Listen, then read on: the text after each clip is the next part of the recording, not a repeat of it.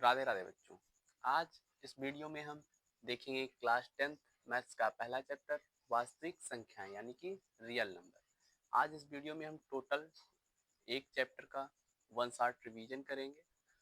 इस वीडियो में क्या है, यूक्लिड विभाजन प्रमेय और एलसीएम एचसीएफ और ए और बी कोई दो नंबर है उसके बीच में रिलेशन और दशमलव प्रसार परिमेय और अपरिमेय संख्याओं को मिला के कौन सी संख्या बनती है हमारी वास्तविक संख्या है, तो उसका दशमलव प्रसार देखेंगे। ठीक, सबसे पहले देखते हैं हम क्या यूक्लिड विभाजन प्रमेयिका क्या होती है। क्या यूक्लिड विभाजन प्रमेयिका, यूक्लिड ने एक विभाजन प्रमेयिका दी थी। वो क्या थी, भाज्य बराबर भाजक गुणे भागफल धन शेषफल। इससे बोर्ड एग्जाम में क्वेश्चन आते हैं। ठीक, ये क्या होता है देखिए, भाज्य बराबर भाजक गुणे भागफल धन शेषफल। ठीक, आपने प्रीवियस क्लासों में पढ़ा होगा कि ऐसे अगर आप कोई डिवाइड करते हैं, यहाँ पे जैसे मान लिया 3 है और आपने 10 से डिवाइड किया तो 3 3 जा 9, नीचे क्या बता 1। ठीक, तो ये तुम्हारा क्या बचता है शेषफल। ये क्या होता है भागफल, ये क्या होता है भाज्य, ये क्या हो जाता है भाजक। ठीक, तो इसी के बीच में रिलेशन फाइंड किए हैं इन्होंने कि जो ये 10 है और ये 3 है, ये 3 है, ये 1 है, तो क्या होता है भाज्य बराबर, लिखा है ऊपर भाज्य बराबर भाजक गुणे भागफल धन शेषफल।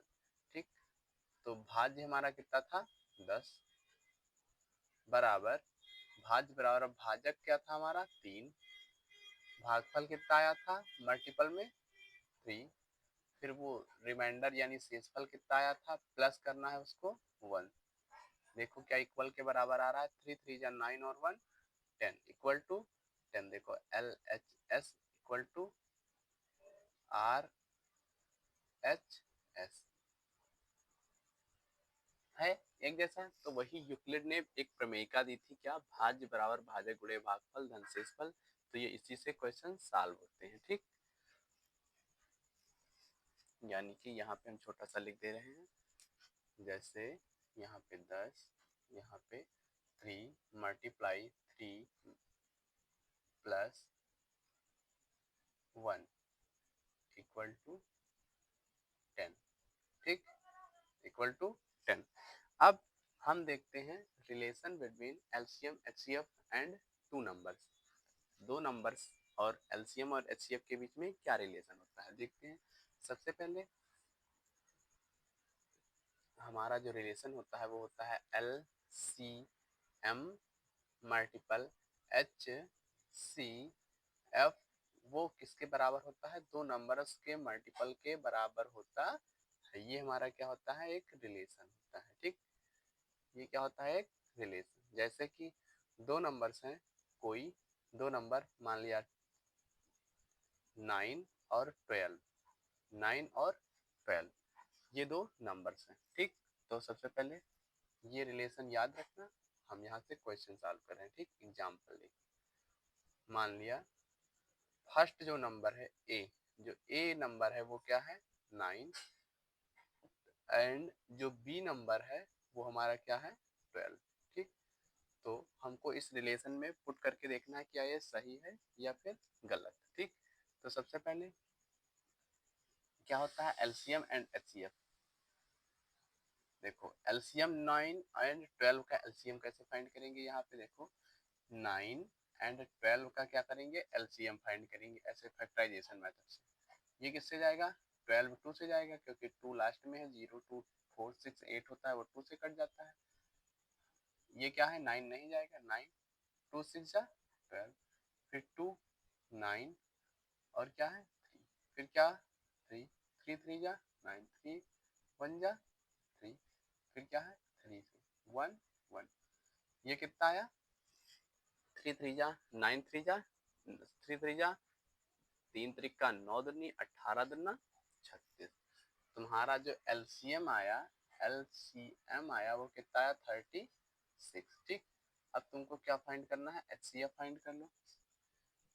एचसीएफ डिवीजन मेथड से फाइंड कर रहे हैं। ठीक, एचसीएफ क्या करेंगे डिवीजन मेथड से फाइंड करेंगे। ठीक, तो क्या करेंगे 9 और यहाँ पे 12, 9 1 जा 9, 9 बन जा 9, कितना आया 3, और फिर या ये वाला यहाँ लिख देंगे, जो भाजक होता है उसको यहाँ पे 9, 3 3 जा 9, ये 0। तुम्हारा HCF जो आया वो क्या आया, HCF ये वाला 3, ठीक, क्या आया 3।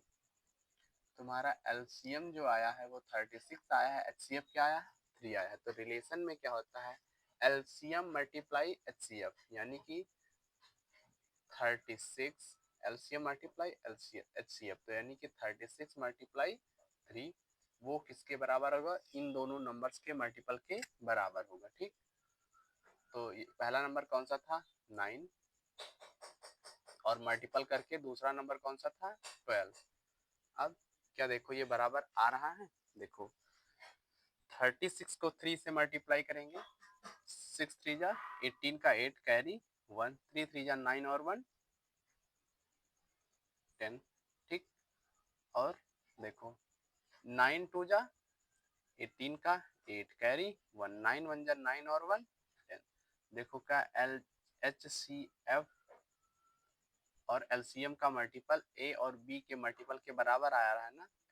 LC वो आ रहा है LHS इक्वल टू RHS, देखो बराबर आया कि नहीं आया, आया ना। तो ये हमारा क्या होता है, रिलेशन होता है दो नंबर्स के मल्टीपल, वो मल्टीपल उन दोनों नंबरों के HCF और LCM के बराबर होता, मल्टीपल के बराबर होता है, ठीक। ये हमारा क्लियर है। अब हम क्या देखेंगे, दशमलव प्रसार। अब जो हम देखेंगे वो क्या देखेंगे, दशमलव प्रसार। ये वाला इधर नोट कर रहे हैं, इसको फिर इरेज कर देंगे, ठीक। दशमलव प्रसार देखेंगे कि परिमेय संख्याएं और अपरिमेय संख्याओं का दशमलव प्रसार क्या होता है, ठीक, क्या होता है, ठीक। सबसे पहले हम देखते हैं दशमलव प्रसार क्या होता है।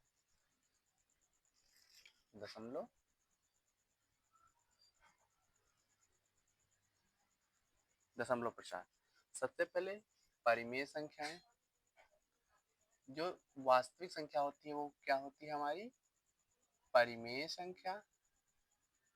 आप हमारे नंबर सिस्टम का वीडियो यूट्यूब पे पड़ गया है, वो जाके देख लीजिए तो आपको कंफर्म क्लियर हो जाएगा कि वो क्या होती है, परिमेय प्लस अपरिमेय, परिमेय प्लस अपरिमेय मिलके क्या होती है हमारी संख्या, परिमेय संख्या, और अपरिमेय संख्या मिलके हमारी कौन सी संख्या बनती है, वास्तविक संख्या।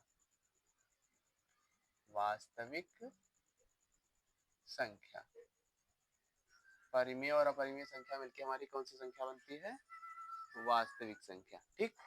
वास्तविक नंबर, रियल नंबर, यानी कि वास्तविक संख्या, ठीक। अब परिमेय संख्याएं क्या होती है, परिमेय संख्याएं वो होती हैं जिनको हम P अपॉन Q के रूप में लिख सकते हैं, जहां पर P एंड Q क्या हो, बिलोंग करें इंटीजर्स को, एंड क्या हो, Q does not equal to 0, ठीक।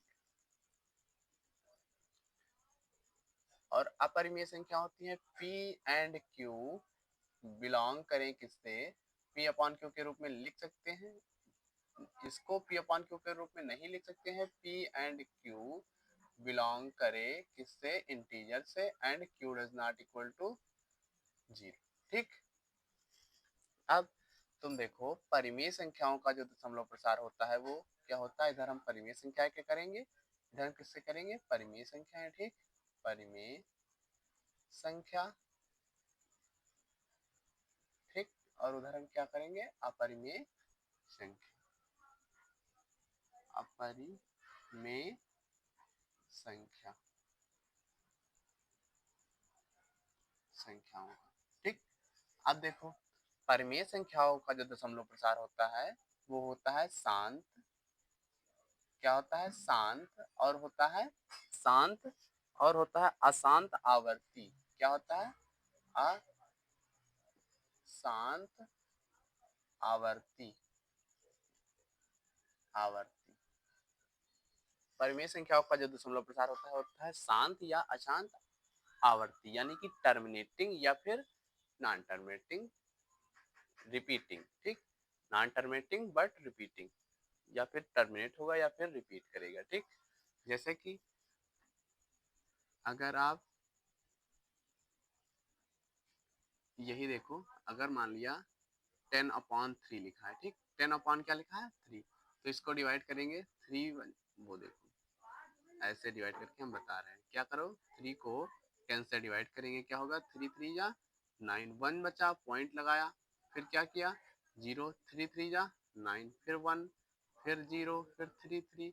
देखो ऐसे 3 3 आगे बढ़ता जाता है, वो क्या करता है तुम्हारा रिपीट होता है, यानी कि 1, वो 10/3 जो होगा वो क्या करेगा इक्वल टू 3.3333 ऐसे ही आगे बढ़ता जाएगा। देखो नॉन टर्मिनेटिंग, ये तो टर्मिनेट नहीं हो रहा है लेकिन क्या कर रहा है तुम्हारा रिपीट कर रहा है। ठीक, और टर्मिनेट का मतलब जैसे मान लिया आ जाए 2.5 या 6.25, ये टर्मिनेट हो रहा है, इसका मतलब ये कट रहा है लास्ट में, इसके बाद ये रिपीट नहीं होता है। और अशांत आवर्ती का मतलब टर्मिनेट रिपीटिंग होगा, देखो 3.33 या फिर 2.12 ये क्या होगा परिमेय संख्याओं का दशमलव प्रसार। अपरिमेय संख्याओं का क्या होता है अशांत अनावर्ती, अशांत अनावर्ती, अशांत अनावर्ती, यानी कि नॉन टर्मिनेटिंग नॉन रिपीटिंग, जैसे कि √2, √3 या और पाई। ठीक, पाई का जो वैल्यू होती है वो क्या होती है 22/7, यानी कि या फिर 180 डिग्री। ठीक, अब अगर आप इसको डिवाइड करेंगे 7 को 22 से, 7 3 जा 21, यहाँ पे कितना बचा 1, पॉइंट लगाया 10 हुआ, 7 1 जा 7, फिर क्या हुआ 3 बचा 30 हुआ, 4 हुआ 28 हुआ, कितना बचा 2 हुआ 0 हुआ, 7 2 जा 14, 6 हुआ 60 हुआ,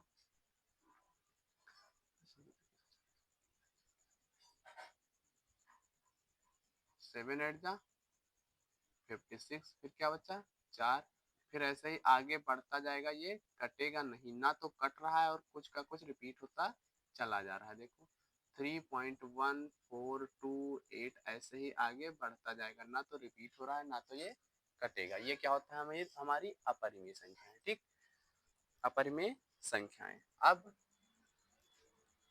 आपको क्लियर हो गया होगा कि अपरिमेय संख्याओं और परिमेय संख्याओं का दशमलव प्रसार क्या होता है। अब एक और टॉपिक लास्ट जो बचा है वो प्रूव करना होता है, बोर्ड एग्जाम में आता है कि प्रूव करो √5 एक अपरिमेय संख्या है, अपरिमेय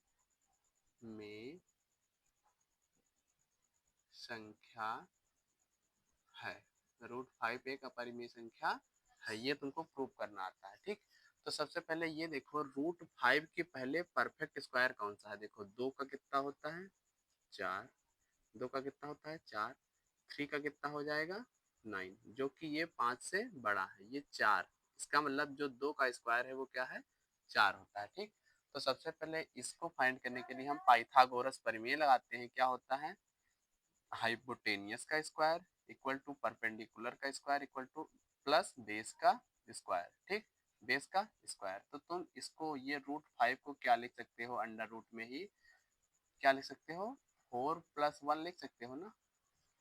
अब इस 4 को भी क्या लिख सकते हो, ये 4 कहाँ से आया, ये हमने 2 का स्क्वायर परफेक्ट स्क्वायर इसके पहले देखा इसीलिए 4 आया। ठीक, और क्या किया 4 को क्या लिख सकते हो तुम 2 का स्क्वायर प्लस 1 को क्या लिख सकते हो 1 का स्क्वायर, ये स्क्वायर से ये वाला कट जाएगा, क्या आएगा 2 + 1, 2 + 1 आया। अब देखो तुम एक नंबर लाइन क्रिएट करो, क्या करो यहाँ नहीं दिख रहा होगा ऊपर बनाए, ये क्या करो तुम नंबर लाइन बनाओ, यहाँ पे क्या होगा 0, फिर क्या होगा 1, फिर क्या होगा 2, फिर आगे 3, आगे ऐसे जाएगा। देखो तुमको क्या करना है 2 + 1, इसका मतलब 1 यूनिट ये 1 यूनिट ये 2, इतना कितना होगा 2 होगा, 2 यूनिट ये ले लो और एक ये वाला 1 यूनिट ये ले लो, एक यूनिट तुमको ऊपर लेना, ऊपर लिया, एक यूनिट ऊपर लिया, ऐसे ये कितना है 1। ठीक, अब तुम इसको यहाँ पे इससे मिला लो, ये तुम्हारा क्या बन रहा है, एक मिनट, इसको यहाँ मिला दोगे, ये क्या बन रहा है, राइट एंगल ट्राइंगल।